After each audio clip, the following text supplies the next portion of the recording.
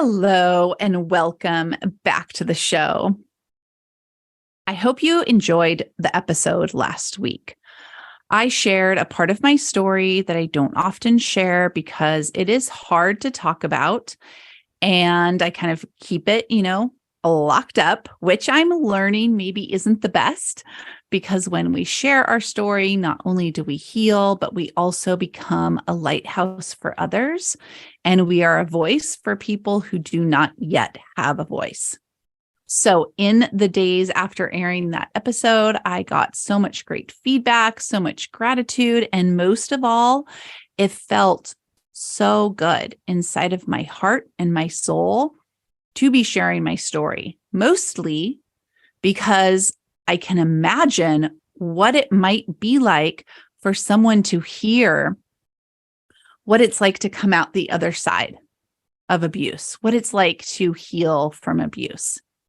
I remember when I was newly out of an abusive relationship, newly out of a spiritually abusive community, and I felt like something was deeply wrong with me. I felt invisible. I felt like I was never going to make it in life. I didn't have an education. My self-esteem was shot. I didn't trust myself because I was totally surprised that I ended up in this type of relationship. And I just thought, I'm going to repeat that pattern over and over again.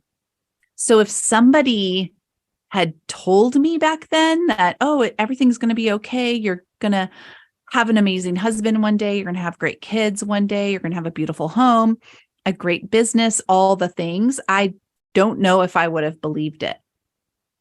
But if I had heard somebody's story of survival, hope, and strength, maybe, just maybe, a spark would have been ignited inside, a seed would have been planted, and I could have thought, maybe that is possible for me.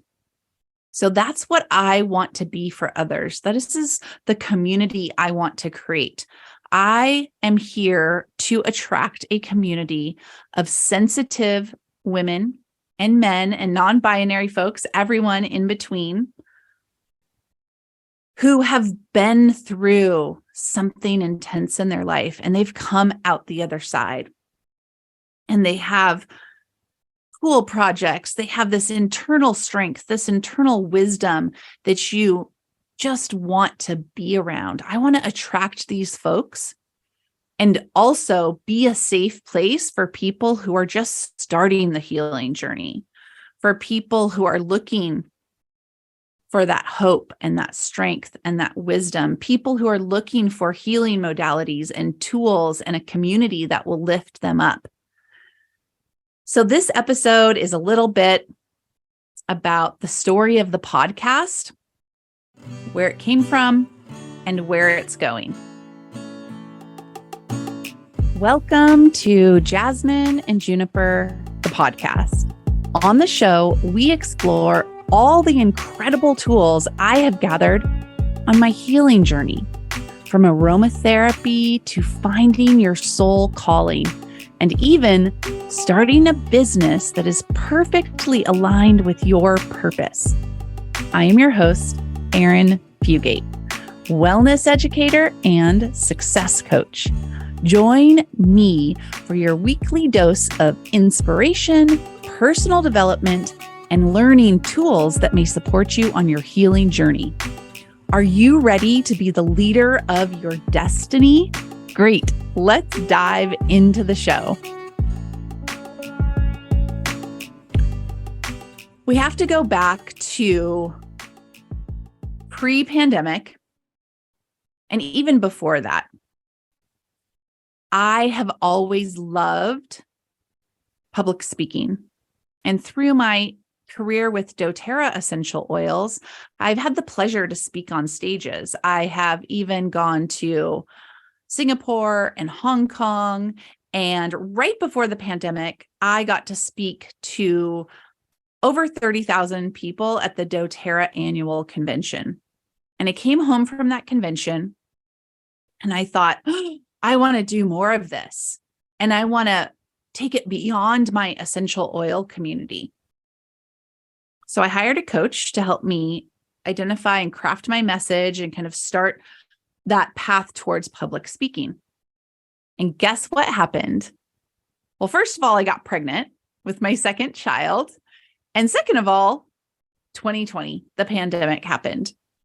And so the idea of speaking on stages kind of came to a halt. I was a new mom with a nursing baby. I even had to say no to an opportunity to go to China and speak at the doTERRA convention in China.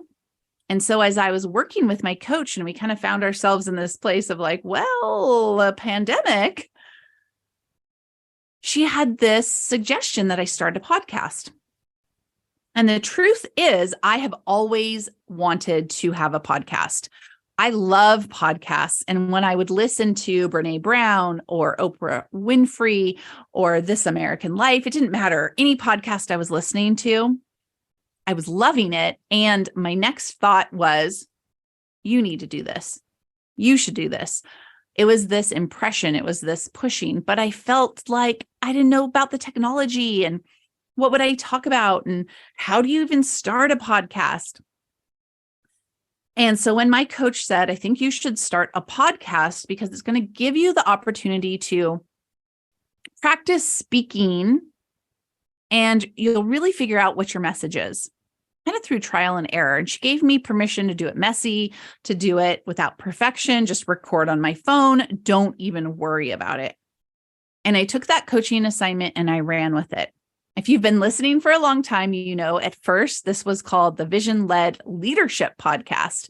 And I was talking about business. I was talking about entrepreneurship. I was interviewing inspiring entrepreneurs. And I loved that. It was so beautiful. After about a year of that and being not very consistent with my episodes, I had an epiphany and went, oh, wait a minute. My brand is Jasmine and Juniper. I teach people about essential oils and botanical inspired living. My podcast should be Jasmine and Juniper, the podcast, of course, an offshoot of my brand and something I can use to expand brand awareness and talk about the subjects I care about. And I even decided to up-level and hire a podcast producer and coach. Maybe you have noticed that we have music now. We have an intro, we have an outro. It's been so fabulous. And through working with her, she has really helped me see that if I want my message to reach millions of people, as I do, that it is important for me to be clear about exactly who I'm speaking to. And we can kind of work the branding of the podcast, the SEO, and all the messaging so that I'm really reaching that one person. Now, I am a multi-passionate creative entrepreneur with a little bit of probably ADD, neurodivergence. I do not like putting myself in a box. The idea of niching makes my skin crawl. In my network marketing business, I could never do the systems because I have to be highly creative. So I was very resistant to this idea of essentially niching my podcast until I recorded the episode where I shared my story of domestic violence. And I realized that I know exactly who I want to help. I want to help people who have survived abusive situations, whether it's domestic violence, spiritual abuse, childhood abuse, human trafficking, anyone who identifies with that path of survivor from abuse. I want to be a beacon of light for them. So the podcast is changing once again, and it is really going to focus on this idea of life after abuse, healing from abuse. I will be bringing you interviews. I will be bringing you tools. I will be bringing you resources. And my hope is that we can become a community of support. And also we can be a place of a resource so that the people who need to find this information will find it. So thank you so much for being on this journey with me and being a faithful listener. I hope you stick around through the next installment and stay tuned for so much goodness. Thank you so much for listening to the show today. Did you think of someone that really needs to hear this episode? If you did, please screenshot and share this on social media. Tag me at Jasmine and Juniper Living on Instagram. I would love to hear from you. And please, please, please leave us a review and rating on Apple. This is how more people find our beautiful show. Let your light shine today, friend. The world needs it.